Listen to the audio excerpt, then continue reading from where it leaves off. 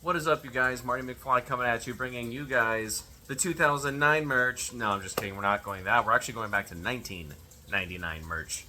I don't know if you guys have felt the same way I do, or if you've looked at things the same way I do, but I feel like we've really taken a step back to the golden era of the things that we loved. Now, I was born, around the late 80s, 90s area. I'm not going to say how old I am because I'm already feeling old enough as it is. But transitioning into the 90s era and then into the 00s era were some of the best memories that obviously 90s babies, 80s babies are going to have because things just seemed better than they are today. We have a lot of access to things that we have right now that I feel like do make life better, make life more exciting, but nothing can really beat those feelings that we had as 80s and 90s babies. And some of them were stressful. I mean, we always go back and we think about Blockbuster. Friday night Blockbuster was lit. All right, there was nothing quite as exciting as Blockbuster on a Friday night, or maybe the movie theater on a Friday night. When if you didn't get your ticket and you didn't wait a couple hours and try and get in advance, you're either not going to get a seat at all for the entire night, or you got to go to the midnight showing, or you got to get set up right in the front and get carpal tunnel and then get like a crick in your neck and then sit up and stare like the movie like this for the whole time, and then you end up dizzy, like you want to vomit, and then your eyes hurt and your neck hurts and everything hurts. And even though we complain, those are cherished memories for a lot of people. Waiting in line, getting into fights, eating stale candy, eating that random microwave bucket of popcorn with the fake butter in it, and we still remember that stuff, and that's the stuff we still cherish. Well, I feel like this year has been a real return to a lot of the things that we love. And from those eras, I mean, 99, 2000 to like 2004, that's kind of where I'm going to put this video at. I would say 99 to 2004, and that's exactly what this year has felt like a return to for a lot of people, especially musically, and that's kind of what this video is going to be all about. I mean, let's just talk about the elephant in the room, the new Linkin Park. So, Linkin Park is back. They announced their return show in California with their new female lead singer. And, Linkin Park is back. I mean, that just screams 99 to 00s for most people, myself included. I tried the new album. It's very Meteora-esque. It's basically just a re-amalgamation of Meteora. And I'm sorry, I tried. I don't think it's that great. I think the songs are pretty decent for a return to the Meteora era and in the Hybrid Theory era of Linkin Park. And sadly, our dear Chester Bennington is no longer with us, and this album I feel like should have been his last album instead of One More Light. And I know what they were trying to do with One More Light. It was like who they were as people at that age, at that time. Everybody's got kids and jobs. And that album for them was of, what they did for themselves. However, they recorded it with a recording artist who's used to recording stuff like Justin Bieber. You're not going to get a hard rock or, a new metal album when you record in the same recording studio as the guys that works with Justin Bieber, okay? You're not going to get a rock and new metal album. Well, now they're trying to return to form, and I am sorry, the new singer is just not that enjoyable. I'm not going to say she's not good. However, I listened to her live performance. She couldn't even sing the basic songs. Like, when I heard her rendition of Crawling, it made my skin crawl in a bad way. I just don't think she was the right choice for the band. Cool, you got a lead singer that's female?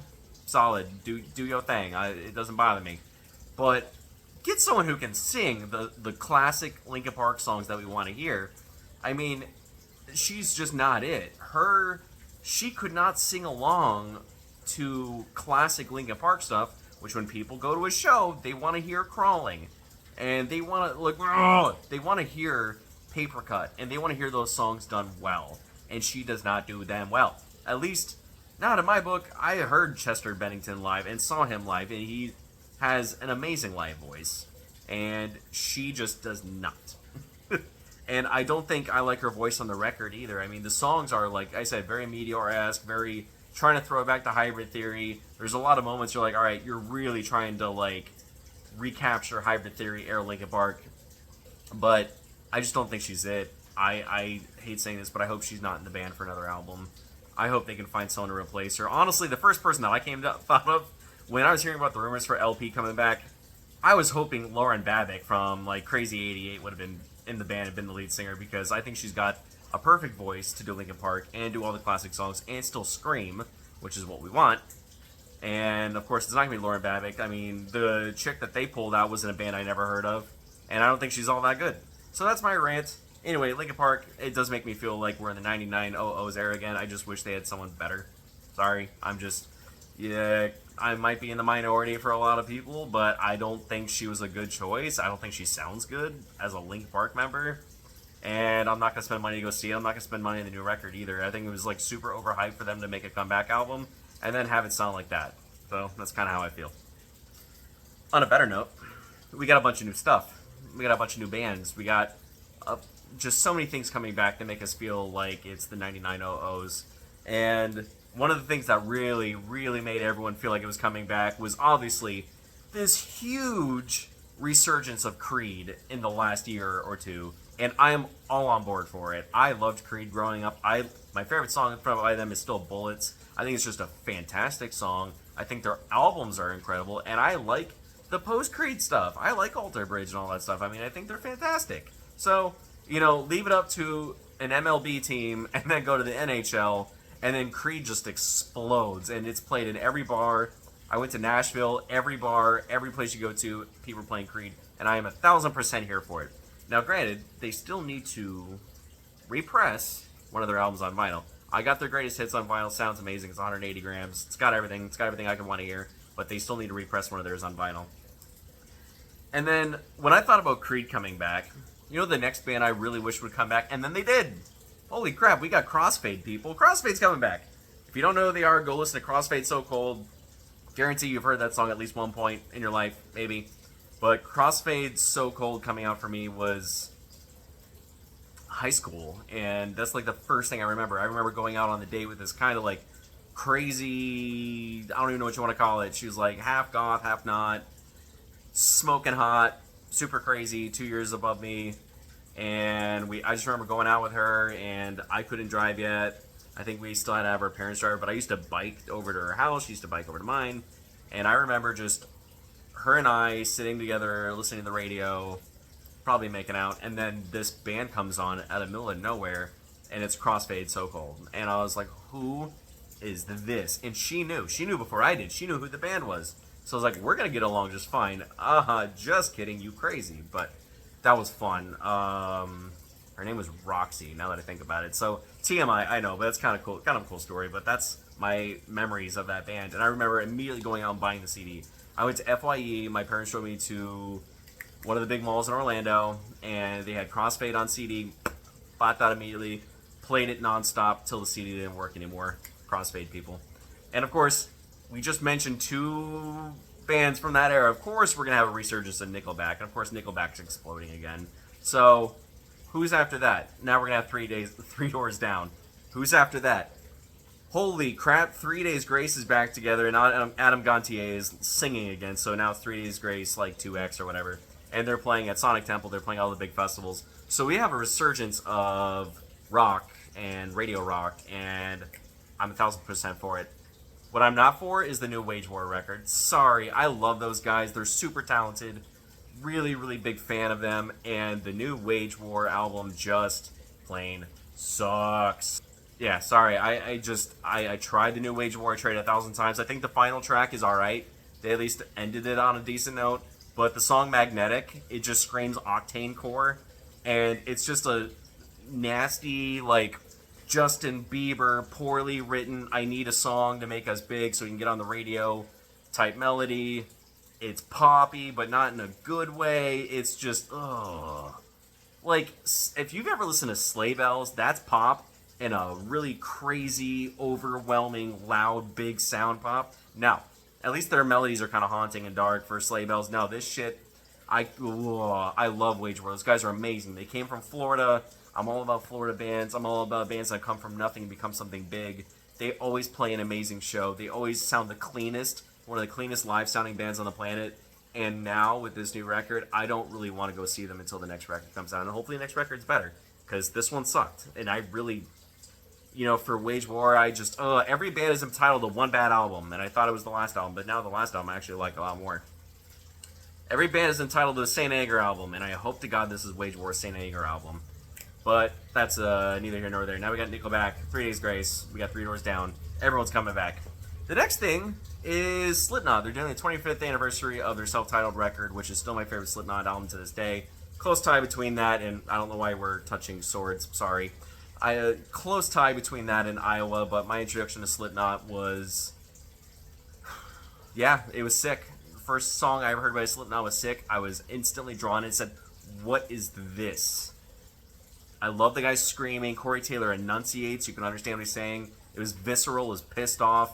Here Comes the Pain, Al Pacino from Scarface. And I was like, I need to know more about this band. Next thing you know, Slipknot is taking Chimera on tour with Fear Factory, went to Orlando. I mean, just another band that really did change my life. And Slipknot coming back. They got the jumpsuits. They got the masks. They played their hometown show in Iowa in the full get-up. They're doing a worldwide tour right now. I deeply regret missing them when they came to Florida. But we put our dreams away. Anyway, that's, Slipknot is back. They got the red jumpsuits. They got the masks. I'm all for it. By the way, Corey Taylor, I think his son's band, Vended, amazing. It's basically Slipknot era Slipknot, which is what we want. Just listen to Vended and you won't be disappointed. Every track is meaningful. There's no throwaway songs. Fantastic record. If Corey Taylor ever does his plan, Corey Taylor talked about, I want Slipknot to be around forever, even after we're gone. I think the next person to take up the mantle would be him, would be the lead singer of Vended, because he'd be an excellent replacement. Corey Taylor going through some shit right now. I feel really bad, but you know what? He looks like he's trying to fix things up, put himself in a good place. He just did an amazing song cover by The Cure on piano. He put that on Instagram. It was just wonderful. And it's a great song. Every band on the planet, I feel like, has covered that song, but he did such a fantastic job. And, Amberlin covered that song, and they did a fantastic job. But Corey, on a piano, by himself, it's wonderful. So, Slipknot, everybody. Who else is back? What else is going to make me feel like this is a 99-00's era? Killswitch Engage finally dropped their new track. Jesse Leach is another person who's been going through it. He was homeless for a while. I think he had black mold in the house. And he's been kind of having to do his own thing. He's had his wife by his side. And I think, this new Killswitch Engage song, which I posted on one of my shorts, fantastic. It feels like exactly what I wanted, which is a Live or Just Breathing era Killswitch Engage, which is everything I've ever wanted. And I'm just so happy about it. So now I feel like we're kind of converting to old Killswitch Engage sound again. Jesse Leach, Alive or Just Breathing, let's go. And, a lot of the themes are kind of going back to, love. It's like love metalcore again. And I'm okay with it. Because I think that's what a lot of people, when we think of Killswitch, a lot of their haunting, dark melodies are about, either overcoming difficulties, trials, relationships. And I'm excited, man. Count me in. So, can't mention Killswitch Engage, one of the big four of metalcore, without mentioning another of the big four of metalcore, and that's All That Remains. Anti-Fragile, coming out next month. Can't wait. Just pumped.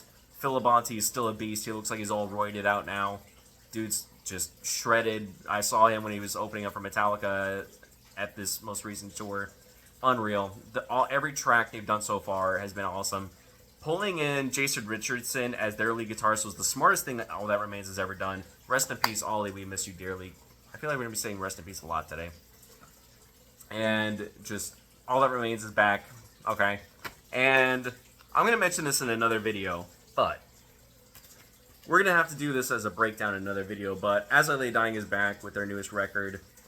And I know there's a lot of controversy surrounding the band right now with Tim and now Tim's wife. And, I feel bad because you can see Tim and he really feels he's really getting hurt. And I get it. I know. I get it. The whole everything, him trying to put a hitman on his wife, it sucks. It really does, because I got a chance to meet him when they were playing in Tampa, and, I know you're not supposed to meet, people you look up to, but I didn't realize all that was going on when I met him. Obviously, I didn't know any of these things, but I also met him again after all the controversy on their return tour, and he just couldn't have been nicer to us, and I feel bad, because, this entire situation, it's like, you grow up loving the band, and you grow up loving their music, and I'll always love their music.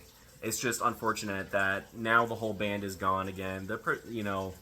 People that we never thought would never leave, like Phil leaving, he's gone. So the band's got to start from scratch. Tim's got to start from scratch. And then this whole thing came out with, to him and his new wife, and it's awful. I feel bad because this really is a truly incredible record. I haven't stopped playing it, and the record already means so much to me from the content and just the things that we go through as humans. And it sucks that even his Austrian Death Machine partner left the band, and this is really a super group of people when you think about it, because it's not the whole band's fault.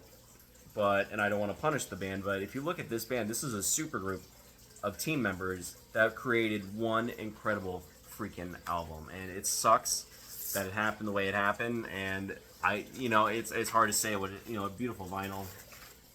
I feel bad, I know this is going to cause a lot of controversy, probably on my channel, but I don't know what else to say. You know what I mean? It's this album meant so much to me, and that was before I knew things would take a turn again. Beautiful poster, by the way.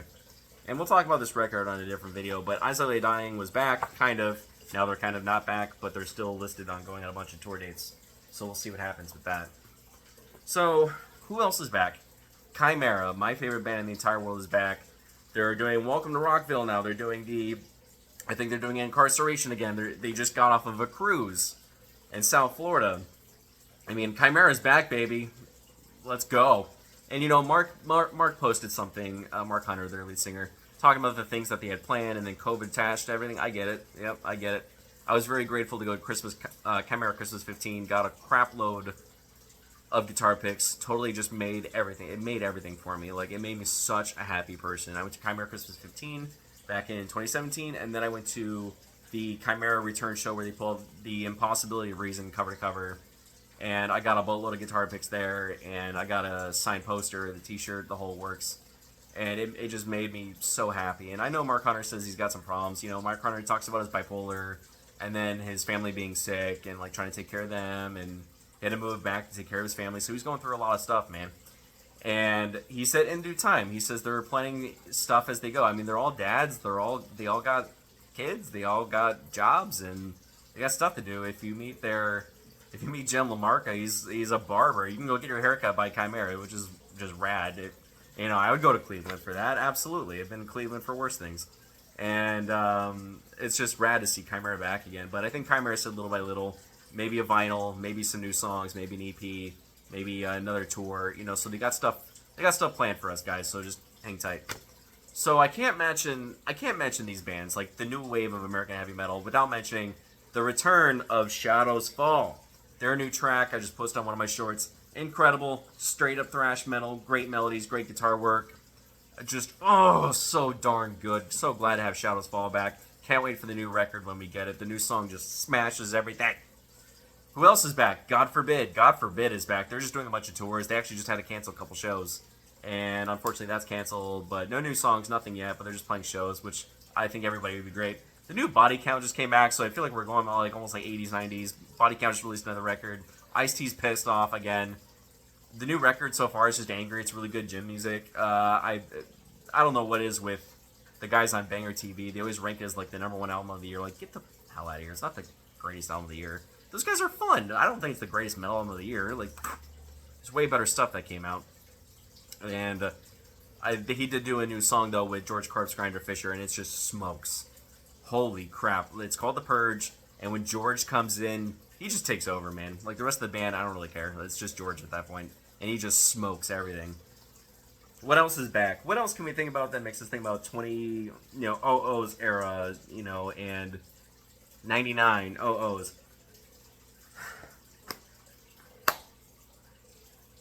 The greatest. One of the greatest bands of all time.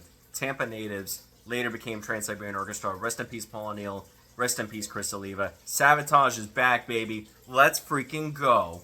Savatage is back. So Savatage is back.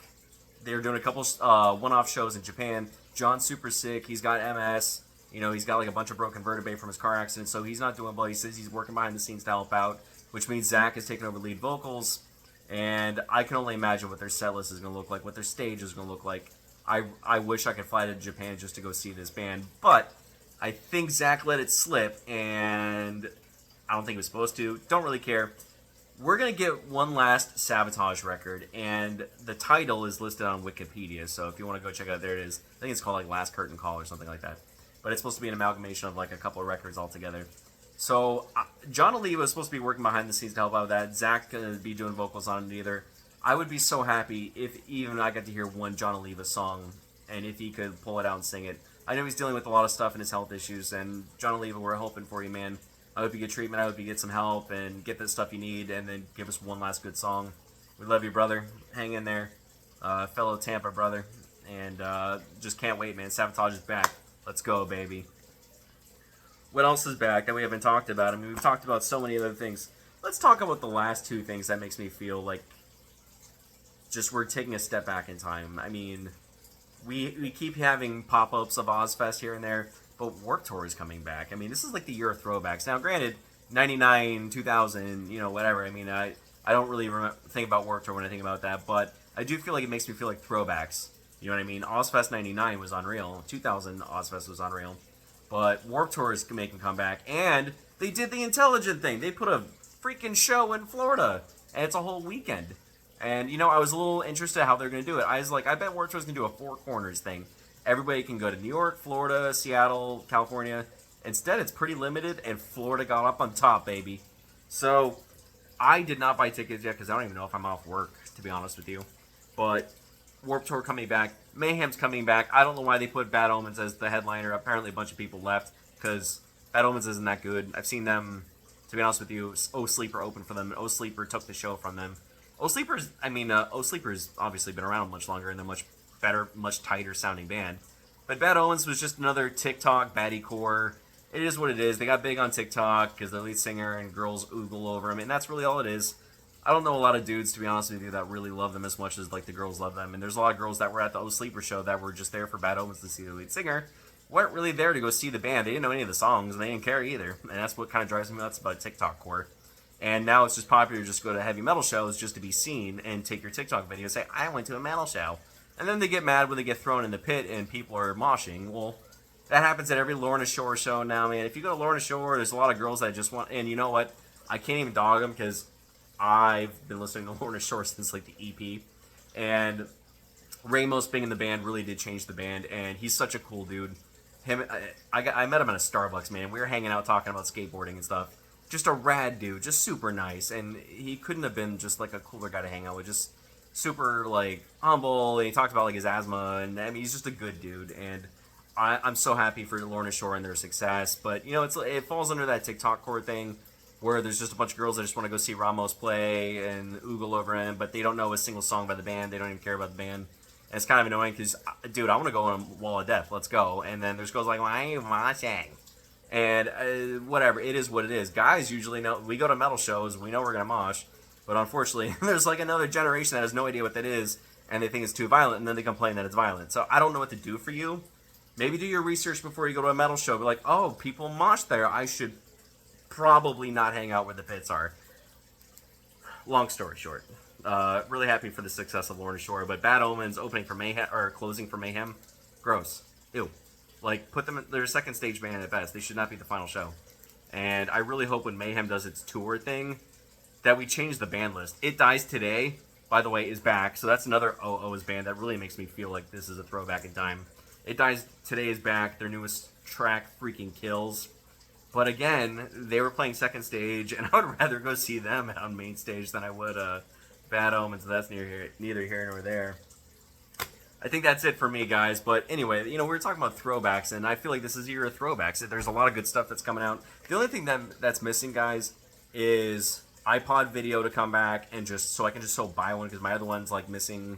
It sounds better, and you're gonna think, oh, Marty, you're crazy. No. It sounds better than Spotify. The only thing that sounds better, that doesn't sound better than is CDs. CDs still sounds better than iPod. iPod better than Spotify. All right.